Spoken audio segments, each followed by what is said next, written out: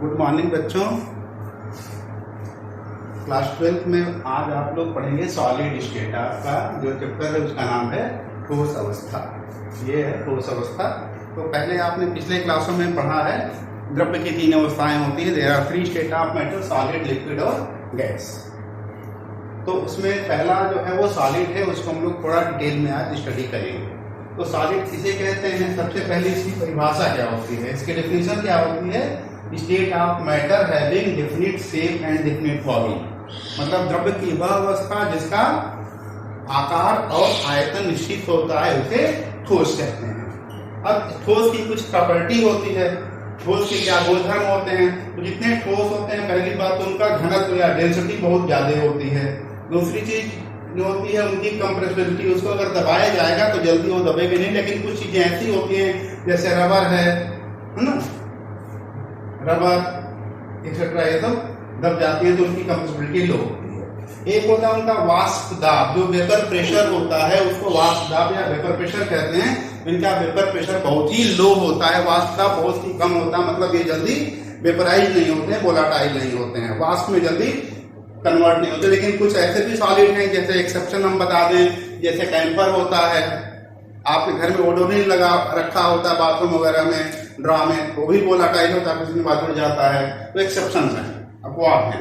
तीसरी चीज होती है इसके अणुओं के बीच में बहुत ही कम स्पेस होता है, दे आर कॉम्पैक्टली पैक्ड। और जो स्पेस होता है उसको बोलते हैं अंतरा आणविक स्थान या इंटरमॉलिक्यूलर स्पेस, तो बहुत ही कम होता है। तीसरी चीज क्या होती है कि इनके जो अणु होते हैं एकदम फिक्स होते हैं, तो उनका जो पोटेंशियल एनर्जी होता है, या उसको हम लोग बोलेंगे उनकी स्थितिज ऊर्जा बहुत ही कम होती है, ज्यादा होती है, और गतिज ऊर्जा बहुत कम होती है, मूवमेंट नहीं कर सकते हैं। और इनका जो मेल्टिंग पॉइंट या गलनांक है वो बहुत फिक्स, हाई मेल्टिंग पॉइंट गलनांक जो होगा वो फिक्स होता है, मतलब एक डेफिनेट टेम्परेचर पे जाकर मेल्ट होंगे। सॉलिड जो होते हैं, अब आते हैं सॉलिड कितने टाइप का होता है। तो सॉलिड जो होता है वो दो टाइप का होता है। जनरली हम लोग बोलते हैं दो टाइप के, एक क्रिस्टलाइन सॉलिड, दूसरा एमॉर्फस सॉलिड। इसको बोलते हैं क्रिस्टलीय, इसको बोलेंगे हिंदी में अक्रिस्टलीय। दो टाइप के होते हैं। तो इनकी क्रिस्टलीय क्या होते हैं और अक्रिस्टलीय क्या होते हैं? एक्चुअली होता है क्या, कोई भी सॉलिड जो होगा वो किससे बना होगा, उसके डिफरेंट पार्टिकल होंगे। और पार्टिकल जो होते हैं या तो एटम होंगे, या मॉलिक्यूल होंगे, या आयन होंगे। मतलब एटम, आयन या मॉलिक्यूल से बने होते हैं। तो एटम, आयन या मॉलिक्यूल से बने होते हैं, उसके बेसिस पे उनका कैसे अरेंजमेंट होता है, हम दो टाइप से क्लासिफाई करते हैं। एक होता है क्रिस्टलीय, दूसरा होता है अक्रिस्टलीय। तो इसमें देखो सबसे पहले उसका शेप, उसके जो क्रिस्टलीय ठोस होता है उसका शेप, जो आकार होता है वो निश्चित होता है, आकार निश्चित होता है। क्यों? क्योंकि जितने भी एटम होते हैं, आयन होते हैं, मॉलिक्यूल होते हैं, वो फिक्स मैनर में अरेंज होते हैं, इस वजह से ये डेफिनेट होता है। लेकिन एमॉर्फस में जितने भी कॉन्स्टिट्यूएंट पार्टिकल होते हैं, एटम, आयन, मॉलिक्यूल, वो उनका एक प्रॉपर अरेंजमेंट नहीं होता है, जिनसे इनका शेप इंडेफिनिट होता है। जैसे लिक्विड में होता है, उसको किसी चीज में रख दो तो उसका आकार ले लेगा। तो जैसे मान लो एक पाउडर है, पाउडर को आप बोतल में रख दो तो बोतल का आकार ले लेगा, ग्लास में रख दो ग्लास का आकार ले लेगा, लेकिन इसका आकार निश्चित होता है। तो ये लिक्विड की तरह बिहेव करता है, जिसको हम लोग सुपरकूल्ड लिक्विड भी कहते हैं। तो एमॉर्फस सॉलिड, उसको फॉल्स सॉलिड कहेंगे, इसको कहेंगे ट्रू सॉलिड। दूसरी चीज होती है इनका मेल्टिंग पॉइंट। मेल्टिंग पॉइंट का मतलब जिस पे कोई चीज पिघलता है।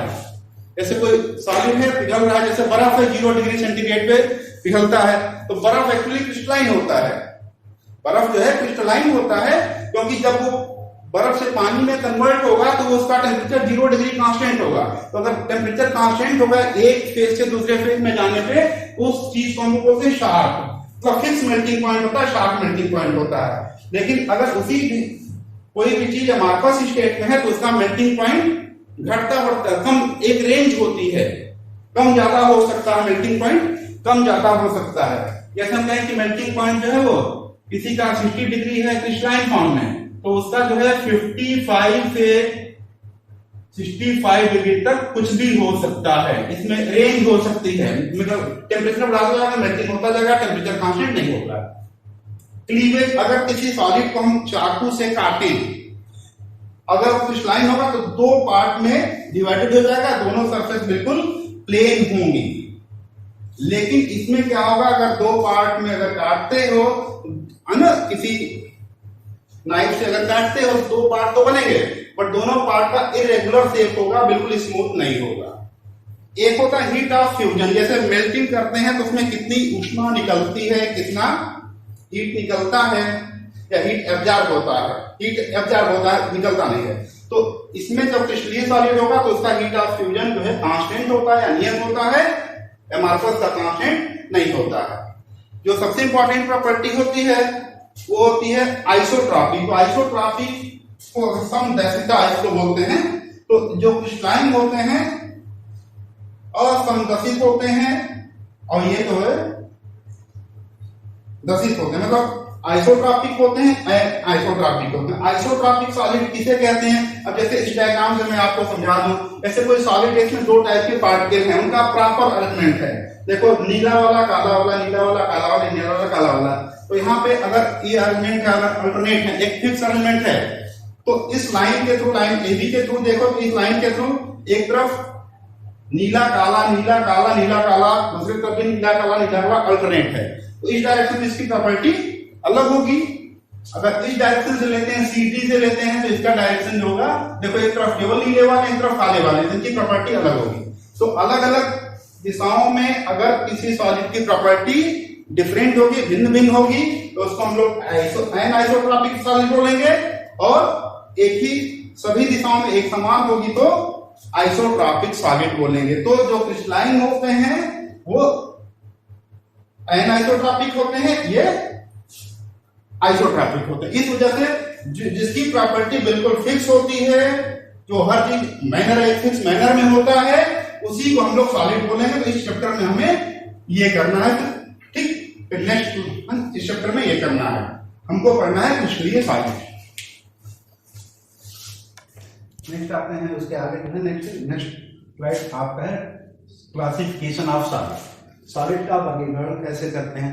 तो सॉलिड जो होते हैं, मैंने अभी बताया था कि सॉलिड जो होते हैं कांस्टिट्यूएंट पार्टिकल, उसके जो मुख्य अवयव होते हैं कौन कौन से होते हैं। तो उसके बेसिस पे जो कांस्टिट्यूएंट पार्टिकल होते हैं उसमें किस टाइप की बॉन्डिंग होती है, किस टाइप के बॉन्ड होते हैं, उसके बेसिस पे सॉलिड को क्लासिफाई करते हैं।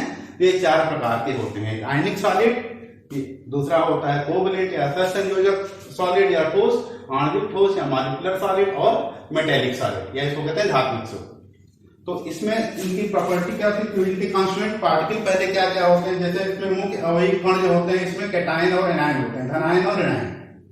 इसमें जो मुख्य पार्टिकल होते हैं वो उदासीन एटम होते हैं या न्यूट्रल परमाणु होते हैं। यहाँ पे ध्रुवीय या अध्रुवीय अणु या पोलर या नॉन पोलर मॉलिक्यूल होते हैं। और जो मेटेलिक सॉलिड होता है उसमें मेटल के कैटायन, धात्विक कैटायन होते हैं, और उसके अंदर जो मुक्त इलेक्ट्रॉन होते हैं वो होते हैं। ये इनके कण हो गए। उसके बाद इनके बीच में आकर्षण बल की बात की जाए तो कौन से आकर्षण बल की वजह से सभी पार्टिकल एक दूसरे से जुड़े होते हैं? तो आकर्षण बल, आयनिक में जो आकर्षण बल होता है कूलम्बिक होता है, उसको इलेक्ट्रोस्टैटिक फोर्स ऑफ अट्रैक्शन कहते हैं, जो धनायन ऋणायन के बीच में होता है। इसमें सहसंयोजक बंध होता है जो साझे के इलेक्ट्रॉनों द्वारा बनता है। मॉलिक्यूलर सॉलिड के अंदर क्या होता है कि वीक कोवैलेंट बॉन्ड होगा, सहसंयोजक बॉन्ड वीक होगा, या उनके बीच में वंडर वाल फोर्स ऑफ अट्रैक्शन होगा, या उनके बीच में हाइड्रोजन बॉन्डिंग होगी। आपने पिछले क्लास में सब चीजें पढ़ी थी।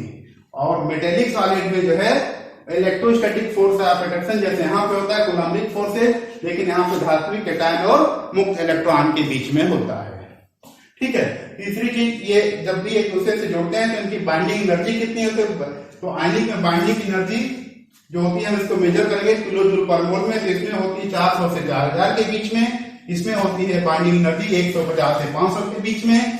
इसमें अगर वीक कोवैलेंट बॉन्ड है तो 0.5 से 40 यूनिट वही है किलो जूल पर मोल। यहाँ पे होता है 5 से 25, यहाँ पे होता है 10 से, अगर हाइड्रोजन बॉन्डिंग 10 से 40 होगा। और इसमें 70 से लेकर के जो मेटेलिक होता है इसमें 70 से 1000 किलो जूल पर मोल के आसपास होता है। तो ठीक है। उसके बाद इसकी हार्डनेस की बात करें या कठोरता की बात करें, तो कठोरता जो होता है, जो आयनिक सॉलिड होते हैं बहुत ही कठोर होते हैं या हार्ड होते हैं।